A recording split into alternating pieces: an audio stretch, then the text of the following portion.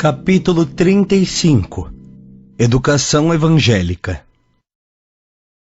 Todas as reformas sociais necessárias em vossos tempos de indecisão espiritual têm de processar-se sobre a base do Evangelho. Como? Podereis objetar-nos. Pela educação replicaremos. O plano pedagógico que implica esse grandioso problema tem de partir ainda do simples para o complexo. Ele abrange atividades multiformes e imensas, mas não é impossível. Primeiramente, o trabalho de vulgarização deverá intensificar-se, lançando, através da palavra falada ou escrita do ensinamento, as diminutas raízes do futuro. 35.1 O resultado dos erros religiosos. Toda essa multiplicidade de opiniões no campo filosófico doutrinário que vedes no cristianismo tem sua razão de ser. As almas humanas se preparam para o bom caminho. A missão do cristianismo na Terra não era a de mancomunar-se com as forças políticas que lhe desviassem a profunda significação espiritual para os homens. O Cristo não teria vindo ao mundo para instituir castas sacerdotais e nem impor dogmatismos absurdos. Sua ação dirigiu-se justamente para a necessidade de se remodelar a sociedade humana, eliminando-se os preconceitos religiosos, constituindo isso a causa da sua cruz e do seu martírio, sem se desviar, contudo, do terreno das profecias que o anunciavam.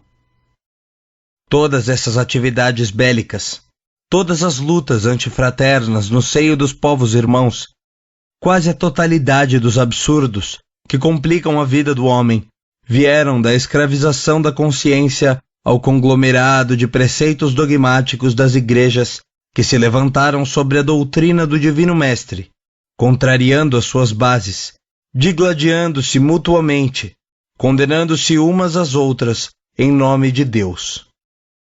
Aliado ao Estado, o cristianismo deturpou-se, perdendo as suas características divinas. 35.2 Fim de um ciclo evolutivo.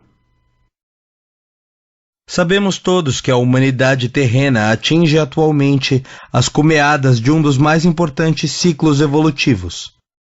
Nessas transformações, há sempre necessidade do pensamento religioso para manter-se a espiritualidade das criaturas em momentos tão críticos.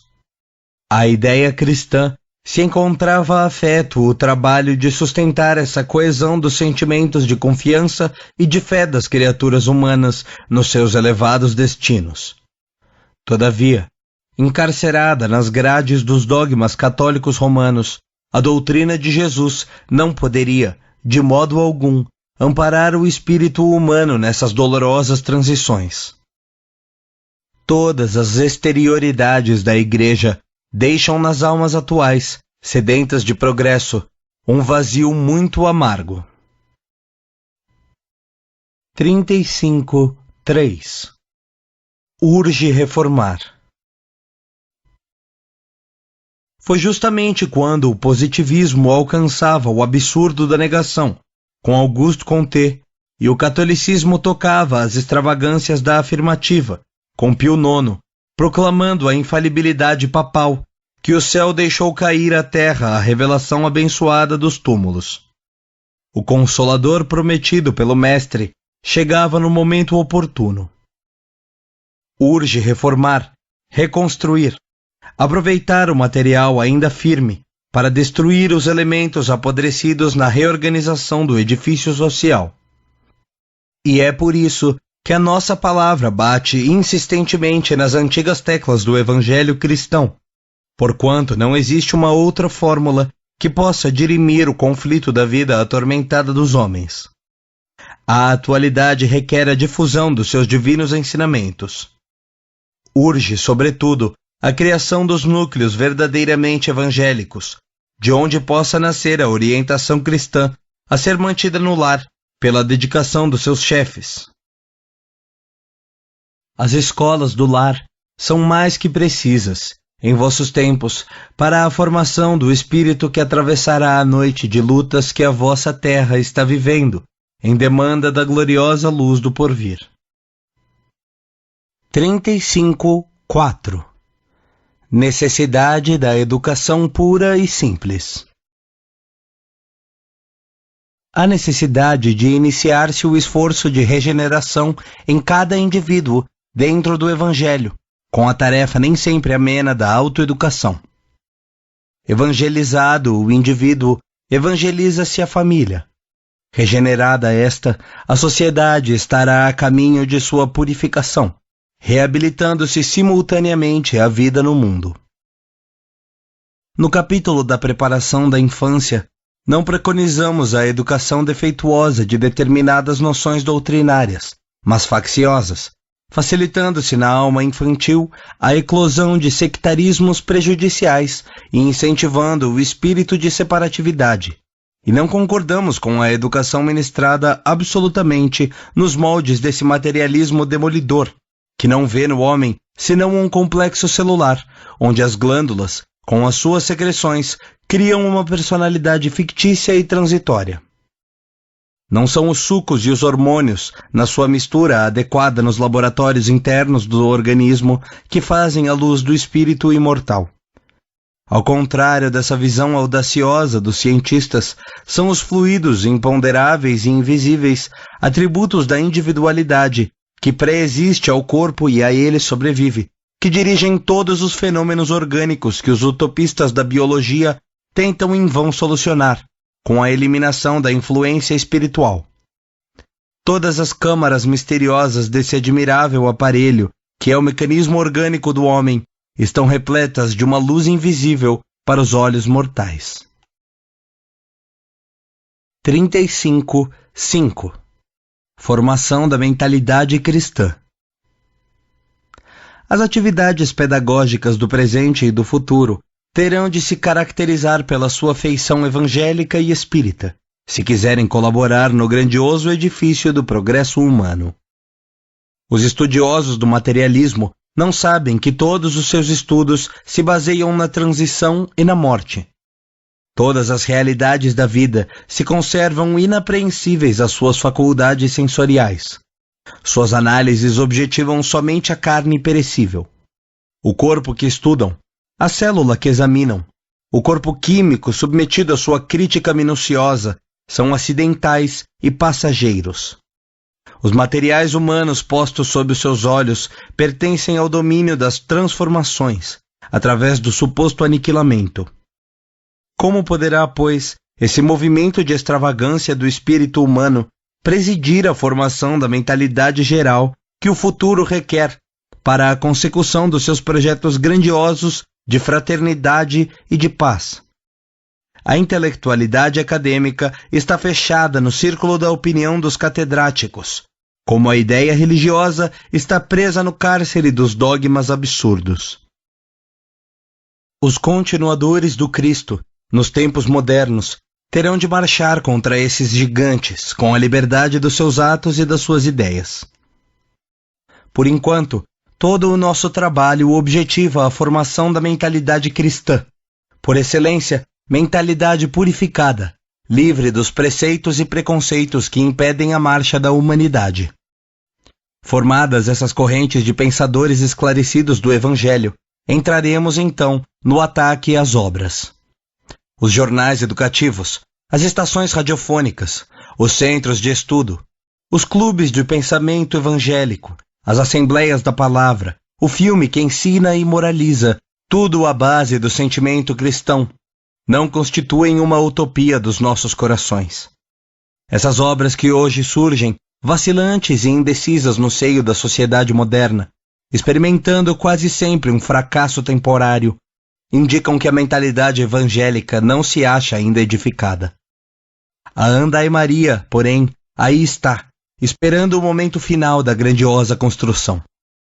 Toda a tarefa no momento é formar o espírito genuinamente cristão.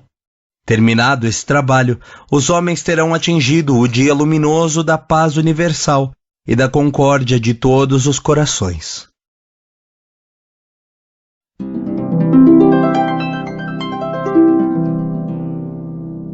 Capítulo 36. Aos Trabalhadores da Verdade. Nos tempos atuais, todo o trabalho de quantos se devotam à disseminação das teorias espíritas deve ser o de colaboração com os estudiosos da verdade. Não é o desejo do proselitismo ou de publicidade que os deve animar, porém, a boa vontade em cooperar com os seus atos, palavras e pensamentos a favor da grande causa. Todos nós objetivamos, com a nossa árdua tarefa, ampliar o conhecimento humano com respeito às realidades espirituais que constituem a vida em si mesma, a fim de que se organize o ambiente favorável ao estabelecimento da verdadeira solidariedade entre os homens. 36.1. A Fenomenologia Espírita. A fenomenologia, nos domínios do psiquismo, em vosso século, visa o ensinamento, a formação da profunda consciência espiritual da humanidade, constituindo, desse modo, um curso propedêutico para as grandes lições do porvir.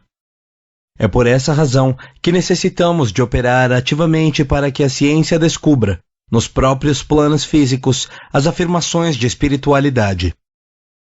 Pode parecer que o materialismo separou para sempre a ciência da fé.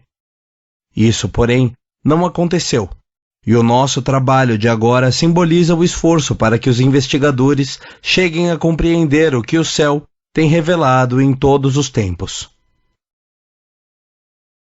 36.2. A psicologia e a mens sana. A psicologia antiga pecava extremamente pela insuficiência dos seus métodos. O ser pensante achava-se para ela isolado do corpo, estudando assim os seus fenômenos introspectivos de maneira deficiente e imperfeita. A psicologia moderna vai mais longe.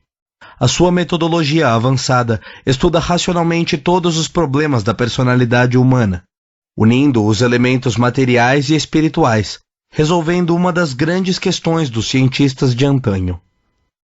O corpo nada mais é que o instrumento passivo da alma, e da sua condição perfeita depende a perfeita exteriorização das faculdades do espírito. Da cessação da atividade deste ou daquele centro orgânico resulta o término da manifestação que lhe é correspondente.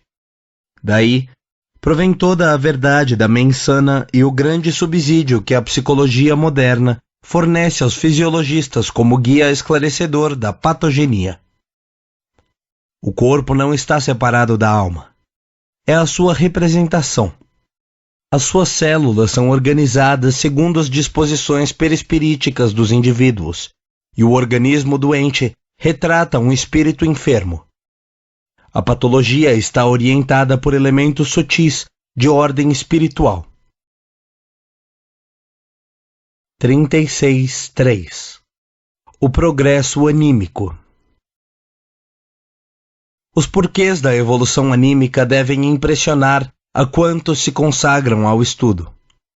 Os progressos da vida terrestre podem ser verificados pelos geólogos, pelos antropologistas. Há no planeta toda uma escala grandiosa de ascensão. No fundo de vossos oceanos ainda existem os infusórios, os organismos unicelulares que remontam a um passado multimilenário e cujo aparecimento é contemporâneo dos princípios da vida organizada do orbe. 36.4. A trajetória das almas. Que longa tem sido a trajetória das almas. A origem do princípio anímico perde-se dentro de uma noite de labirintos. Tudo, porém, dentro do dinamismo do universo, se encadeia numa ordem equânime e absoluta. Da irritabilidade à sensação, da sensação à percepção, da percepção ao raciocínio. Quantas distâncias preenchidas de lutas, dores e sofrimentos! Todavia, desses combates necessários promana o cabedal de experiências do espírito em sua evolução gloriosa. A racionalidade do homem é a suprema expressão do progresso anímico que a Terra lhe pode prodigalizar. Ela simboliza uma auréola de poder e de liberdade que aumenta naturalmente os seus deveres e responsabilidades. A conquista do livre-arbítrio compreende as mais nobres obrigações. Chegado a esse ponto, o homem se encontra no limiar da existência em outras esferas, onde a matéria rarefeita oferece novas modalidades de vida em outras mais sublimes manifestações, as quais escapam naturalmente à insuficiência dos vossos sentidos. 36.5 As realidades do futuro. Os espíritos se regozijam a cada novo passo do progresso da ciência humana, porque dos seus labores, das suas dedicações, brotará o conhecimento superior, que felicitará os núcleos de criaturas, porquanto ficará patente e plenamente evidenciada a grande missão do espírito como elemento criador, organizador e conservador de todos os fenômenos que regulam a vida material. Quanto mais avançam os cientistas, mais se convencem das realidades de ordem subjetiva, nos fenômenos universais. As palavras natureza, fatalismo, tônus vital não bastam para elucidar a alma humana. Quanto aos enigmas da sua existência, faz-se mister a intervenção das sínteses espirituais, reveladoras das mais elevadas verdades. É para essas grandiosas afirmações que trabalhamos em comum, e esse desiderato constituirá a luminosa coroa da ciência do porvir.